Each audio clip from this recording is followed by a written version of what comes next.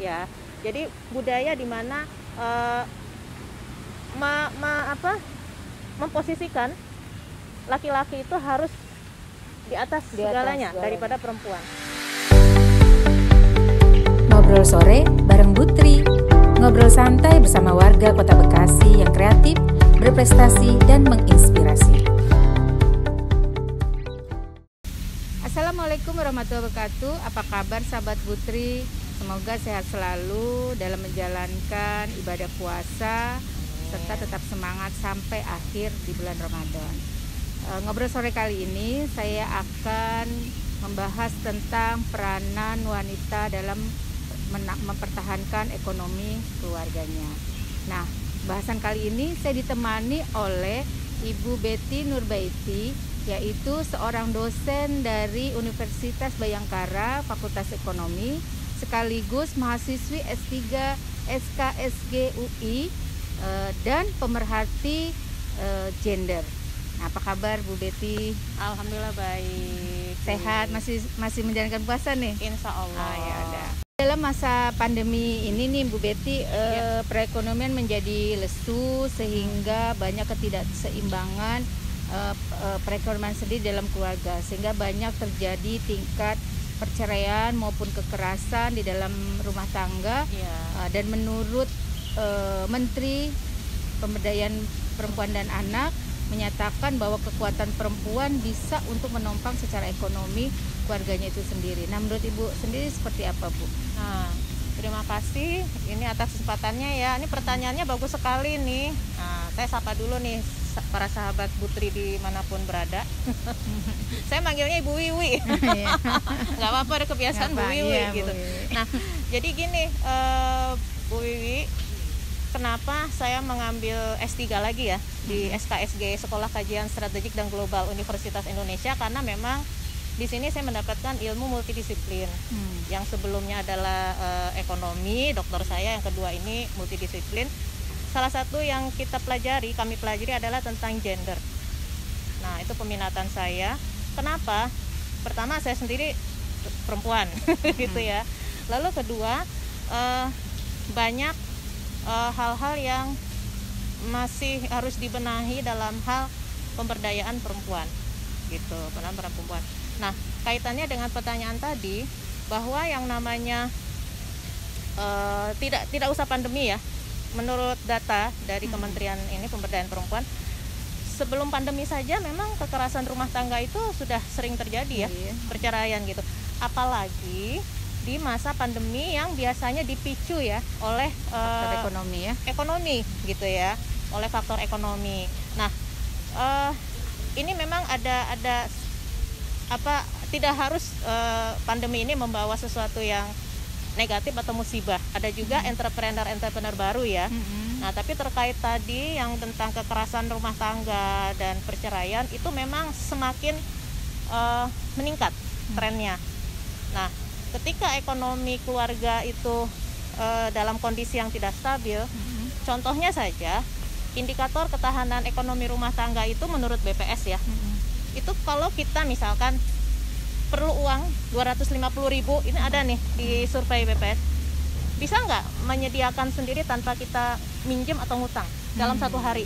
Ada challenge ya berarti. Iya, nah di situ tuh ada indikator ekonominya ya kalau secara teori-teorinya. Nah, kita kan berpikir ya, dengan kondisi harga-harga sembako sekarang 250.000 itu ternyata itu untuk memenuhi kebutuhan yang paling dasar kan, benar nggak? Nah, kalau itu saja tidak tercapai, terus bagaimana kalau misalkan anaknya tidak hanya 2, 4 misalkan gitu. Nah, belum lagi misalkan suaminya sekolah, bayar listrik. Itu sehari ya, kita hidup sehari. Taruhlah kita rumah kontrakan petakan atau apalah yang mereka yang marginal ya, tetapi kalau dia mampu itu masih belum rentan gitu ketahanan ekonomi rumah tangganya. Tapi kalau dia jangankan 250.000 Bu katanya, saya survei ini ke lapangan, kita dapat 50.000 aja udah alhamdulillah misalkan gitu. Kita bisa bayangkan dengan uang segitu, apalagi kalau suaminya nganggur atau suaminya korban PHK. Nah, di situ jadi banyak aspek itu karena ketidakberdayaan secara ekonomi, maka akhirnya si perempuan menjadi korban.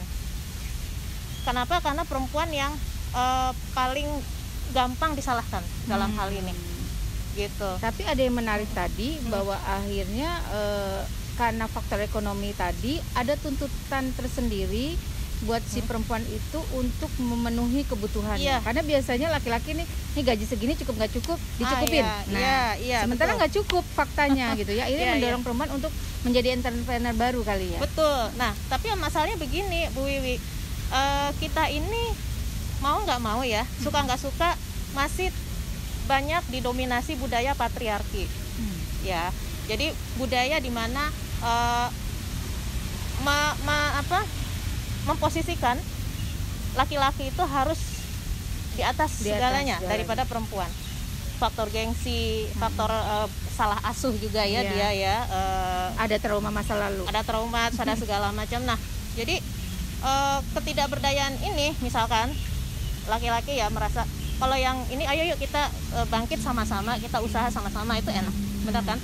Tapi kalau misalkan ada faktor-faktor itu dan itu sudah melekat, agak sulit ya. Agak sulit, dan korbannya bukan perempuan saja, bukan ibunya, bukan istrinya, maaf ya, tapi anaknya juga ikut menjadi satu paket korban kekerasan. Ya, nah biasanya kalau sudah terjadi begini terus, udah ekonomi morat-marit, ya udah cerai aja lah gitu kan. Akhirnya jalan singkat. Sebenarnya mungkin nggak singkat juga, tapi hari karena efeknya pasti akan berbuntut panjang. Betul. Tapi mungkin menurut orang yang mengambil keputusan itu jalan singkat. Betul, itu saja jalan singkat aja, udah bertahun-tahun kayak begini gitu kan. Jadi seperti itu. Jadi itu yang sisi negatif ya. Gitu.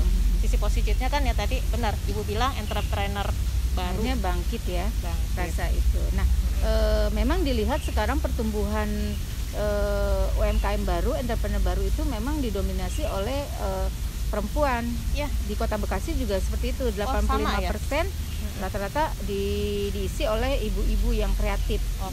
Dan terus mau mengembangkan dirinya gitu. Nah, tapi yang jadi masalah ada menurut pendapat Ibu dari kualitas si produk UMKM-nya sendiri seperti apa ya yang dihasilkan perempuan-perempuan yang dari ibu rumah tangga tiba-tiba harus bergerak shifting menjadi harus cari uang dulu gitu ya. Taruhlah misalkan, jadi saya mungkin memberi contoh yang hasil-hasil survei ya di lapangan dan juga mungkin di sekitar yang saya pahami. Jadi jangan salah bahwa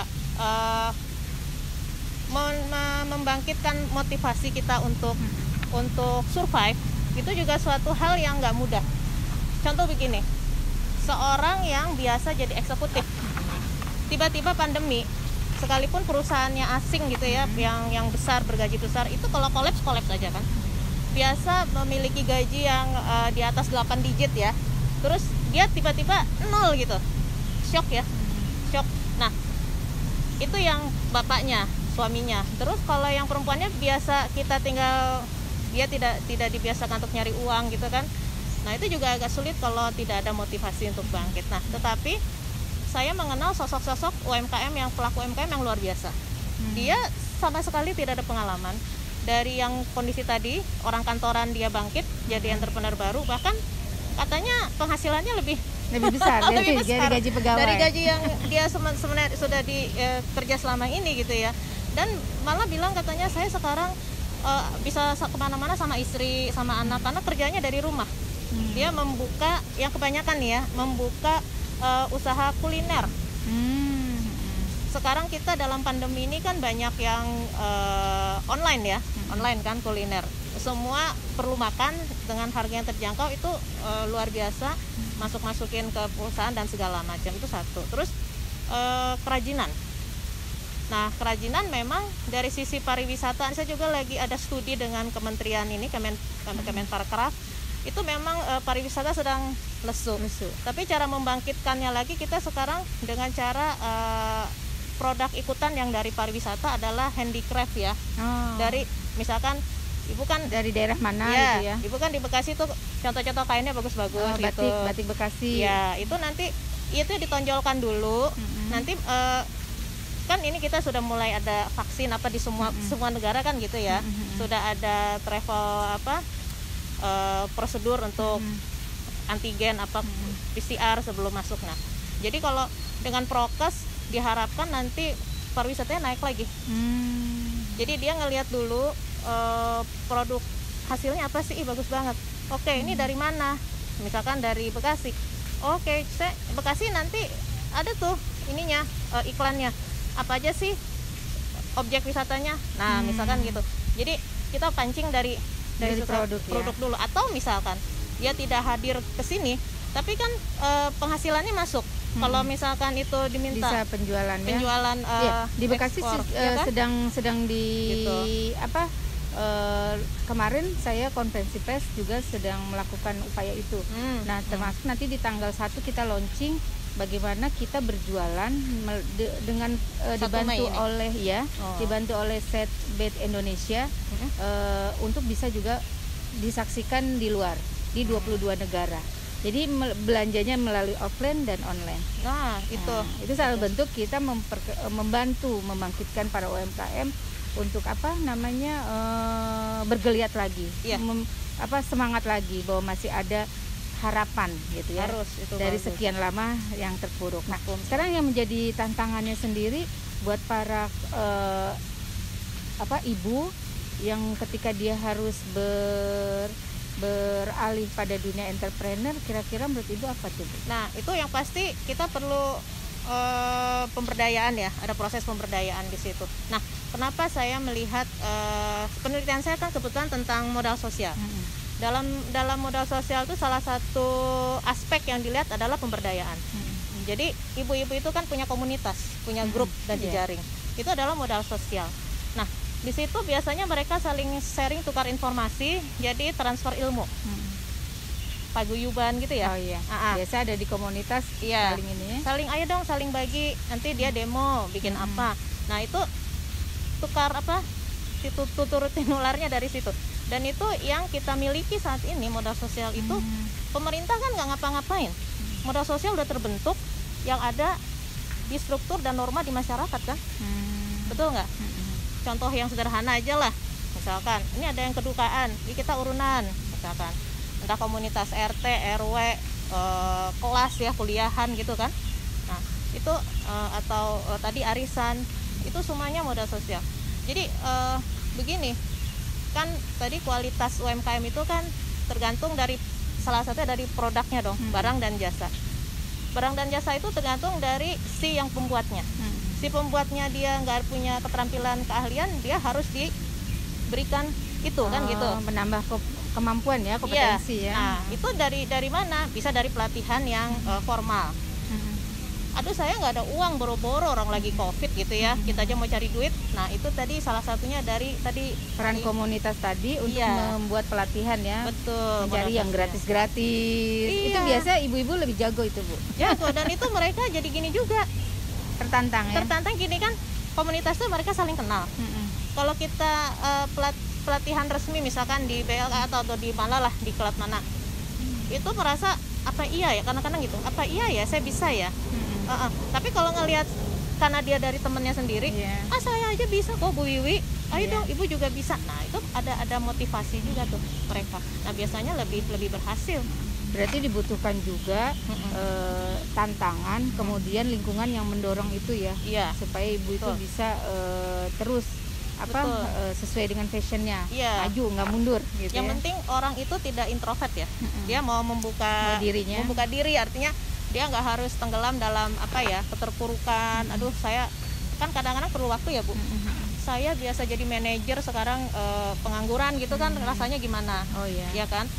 Itu beda halnya dari yang tadi misalkan yang masyarakat biasa aja, itu malah antusias, lebih mudah ya, lebih mudah membawakan diri. Karena dipikir, ini dapat duit nih, lumayan kan gitu. Tapi kalau yang tadi itu saya rasakan, yang seorang manajer bank tiba-tiba dia jualan lasanya gitu ya, suaminya gitu, terus istrinya memang orang rumahan dan memang selama ini kuliner. Itu dulu teman saya kuliah di S2 UI gitu, dan ternyata lama-lama dia si suaminya bisa bangkit, malah udah lebih melesat lagi ya, lebih sukses dengan secara ekonomi gitu. Secara ekonomi lebih fleksibel kita kerja. Biasanya kan UMKM nih informal, kebanyakan home industry ya, kebanyakan.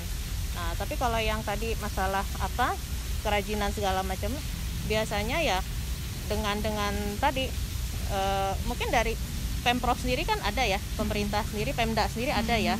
Tetapi yang lebih efektif adalah ketika dia berbaur dengan komunitasnya ya. Dan saling berbagi itu sih kalau saya. Iya sih, ibu ini punya kelebihan apa, mengajarkan pada ibu yang lain, kemudian punya kesempatan apa mengajak pada yang lain juga ya. Betul. Dan itu memang terjadi di banyak komunitas termasuk yang ada di Kota Bekasi. Nah, ini mungkin ibu sendiri kan yang bisa cerita lah ya masalah nanti UMKM di komunitas perempuan ya di Bekasi. Nah Bu, kan dikenal tuh perempuan itu adalah makhluk yang kuat gitu ya, lebih kuat mungkin secara logikanya nih dari laki-laki, bukan secara fisiknya ya, tapi secara mental ya, secara mental tuh kayaknya lebih kuat perempuan gitu nih. Nah dia dalam menyikapi itu kira-kira Bu, sesama perempuan kan kita harus saling dukung. Nah kira-kira ada nggak pesan atau ajakan dari ibu untuk seluruh perempuan yang ada di Indonesia, khususnya yang ada di Kota Bekasi, untuk tetap bersemangat dalam menghadapi kondisi pandemi ini? Ya, kalau saya selalu mengatakan bahwa apapun kondisinya, satu, kita harus bersyukur ya. Nah itu, mensyukuri misalkan kita masih ada kesempatan umur ya, pertama ya, nikmat sehat, nikmat umur, jadi kita bisa beraktivitas kan. Nah di situ satu. Yang kedua, jangan kita itu menutup diri ya. Kita harus, makanya ada silaturahmi itu kan salah satunya membuka pintu rezeki ya. Ya itu karena kita ya kalau misalkan dalam pandemi kita tidak bisa seperti dulu gitu ya, kan bisa ada digital ya, bisa pakai WhatsApp, Zoom ya, segala ini lebih dimudahkan ya dibanding dulu ya. Dibanding dulu yang cuma telepon muter-muter gitu, halo gitu kan, ya kayak gitu susah. Sekarang udah banyak seperti itu. Dan juga kita selalu berusaha jangan menyerah gitu. Jadi kalau misalkan kita jualan ini masih belum berhasil, terus bikin produk ini masih belum laku gitu ya, nanti pada saatnya ketemu jalannya deh gitu. Jadi ya saya merasakan sendiri dulu sempat ya, ketika masih sempat ada waktu ya untuk kuliner ya, itu akhirnya nanti jalan itu akan terbentuk seiring waktu. Apa aja sih, mau produk jasa pun ya, apa aja. Nah nanti kalau udah ketemu, nah udah tuh ada klik gitu ya. Ya udah nanti ada dalam hati, ya udah kita tekuni ini aja gitu. Jadi dan fokus ya. Iya, jadi jangan menyerah gitu. Saya rasa gini, ibu-ibu kan selama ini hanya menjadi apa ya, target dari pasar ya, benar nggak? Iya. Itu saya kadang-kadang suka sebel juga. Alah, ibu-ibu bisa apa sih? Cuman bisa ngabisin duit aja, bisanya belanja doang gitu ya. Nah pada saat ini justru terlihat itu kemampuan ibu-ibu untuk menghasilkan uang dari rumah lagi, hebat kan? Dan bisa, ternyata yang kaget, loh kalau gitu suaminya malah yang begini. Ada suami yang dia masih bekerja, udah gua pensiun dini aja deh, mendingan di rumah aja deh, bantuin mama katanya gitu. Kok gede ya, lebih gede dari saya, masih bisa pakai daster, gak usah pakai baju ini, duit masih kan bisa kita lihat dari YouTube, belajar masak atau apa gitu kan, bisa ngerjain pekerjaan rumah ya enggak.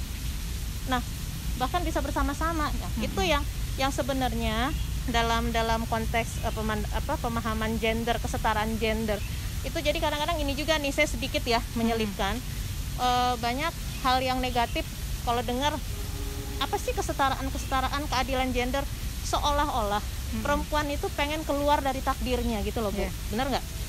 Jadi mau karir doang nih, nggak ngurusin rumah. Jadi mau enaknya doang nih, nggak ngurusin anak gitu kan, nggak ngurusin suami. Bukan. Dalam konteks ini adalah ya tadi itu yang diharapkan, kalau kita sakinah mawaddah warahmah ya, gitu ya, sama-sama saling dukung. Iya, keluarga samara. Nah itu karena memang dari sisi kebetulan Muslim ya, agama pun yang namanya perempuan dan laki-laki kan dalam Quran itu sama. Yang dilihat kan takwanya kan. Nah peran-peran itu yang kalau kita berkiblat dengan cerita-cerita di zaman sahabat Nabi, zaman Rasul, itu peran coba Siti Hadijah kurang kayak gimana kan? Benar nggak? Tapi dia tidak meninggalkan, mendedikasikan dirinya Iya. untuk suaminya. Padahal dia pengusaha yang kaya raya. Gitu, artinya gini loh, dia tuh pengusaha. Kalau kita bilang pengusaha berarti dia aktivitas di luar dong. Iya. Benar nggak? Tidak diharamkan untuk kita mencari rezeki yang halal dan thayyib gitu ya. Nah seperti itu. Jadi kadang-kadang terutama mohon maaf ya, yang mereka dididik dengan pola asuh yang patriarki, nggak ada cerita ya, pokoknya mau setinggi apa ini udah di rumah aja gitu. Nah kayak gitu. Sumur, dapur, kasur. Iya. Nah seperti gitu. Itu maksudnya kesetaraan dan keadilan gender itu memposisikan yang Sama. seimbang. Artinya dalam bertukar pikiran, Iya. dalam mencari pendapatan, Tidak keluar dalam dari kodratnya gitu loh. dalam berbagi peran ya. Betul. Itu juga namanya kita perlu konsensus ya. Jadi kesepakatan antara saya dengan suami mungkin beda dong, kesepakatan dengan Bu Iwi Saya dengan suami. Ya, apalagi kan suaminya birokrat dan banyak tugas di masyarakat. Tentunya juga ada porsi sendiri kan buat ibu untuk mendukung ya. Nah, saya juga demikian gitu. Tetapi ada satu titik di mana kita ini harus memilih mana yang prioritas. Karena waktu kita hanya 24 jam kan, sama Dan harus terbagi-bagi. Kalau enggak badan kita nanti jadi korban, keluarga kita jadi korban. Nah seperti itu. Jadi sebenarnya semua itu bisa dikomunikasikan. Intinya gitu sih. Gitu Duduk bersama-sama, ya kan? Diskusi yang baik, mencari jalan keluar dari Betul. setiap permasalahan dan saling dukung serta dorong. Gitu Iya. ya. Kalau saya setiap apapun mengambil keputusan, saya briefing dengan anak-anak, briefing dengan suami gitu, ya dengan orang tua gitu ya, minta pendapat. Nah jadi dengan begitu keluarga inti ini ngerasa Saling dukung, saling dukung. saling motivasi Ya Bu. karena kalau ada susah mereka yang Pertama Iya. merasakan. mereka pertama ya. Kadang-kadang kalau bilang tetangga, tapi tetangga zaman sekarang rumahnya klaster juga, Masing-masing ya. masih masing-masing kan, apalagi WFH. Jadi kalau menurut saya itu ibu-ibu. Jadi utamanya adalah bagaimana berkomunikasi dengan pasangan, dengan seluruh anggota keluarga, dan membuka diri juga untuk membangun komunikasi dengan lingkungan agar terbangun apa yang menjadi fashionnya dan bisa dikembangkan sehingga bisa menghasilkan. Terima kasih atas bincang-bincangnya kali ini. Sama-sama, Banyak Bu. ilmu yang saya dapatkan dari Ibu tentang Sama-sama, kesetaraan gender dan kemampuan perempuan juga dalam menggali potensi diri dan kemampuannya dalam menambah perekonomian keluarga. Tapi saya dengar-dengar nih Bu ya, Ibu nih kayaknya bukan cuma dari dunia akademisi. Itu kepaksa itu. Kepaksa belajar ya, karena dituntut untuk menggali potensi tadi ya Bu ya. Saya dulu kan praktisi. Oh iya. Nah, saya dengar-dengar tuh Ibu juga jago nyanyi nih. Nah, jago untuk enggak. menutup dan menghibur para wanita di sana, sahabat Butri semua, kita dengarkan suara emasnya Bu Betty. Yuk sahabat Butri, monggo Bu, silakan Bu. Ini namanya ditodong ya. Maaf ya, saya buka masker. Iya, ini lagu-lagu religi. Biar terhibur. Padamu bersujud Afgan ya, Iya. nyanyi ya. Ibu-ibu bisa ikut nyanyi ya. Oke. Ku menatap dalam gelap, tiada yang bisa kulihat selain hanya namamu, ya Allah. Esok ataukah nanti, ampuni semua salahku, lindungi aku dari segala fitnah. Kau tempatku meminta, kau beriku bahagia, jadikan aku selamanya hamba-Mu yang selalu bertakwa. Ampuniku ya Allah, yang sering melupakan-Mu, saat Kau limpahkan karunia-Mu, dalam sunyi aku bersujud.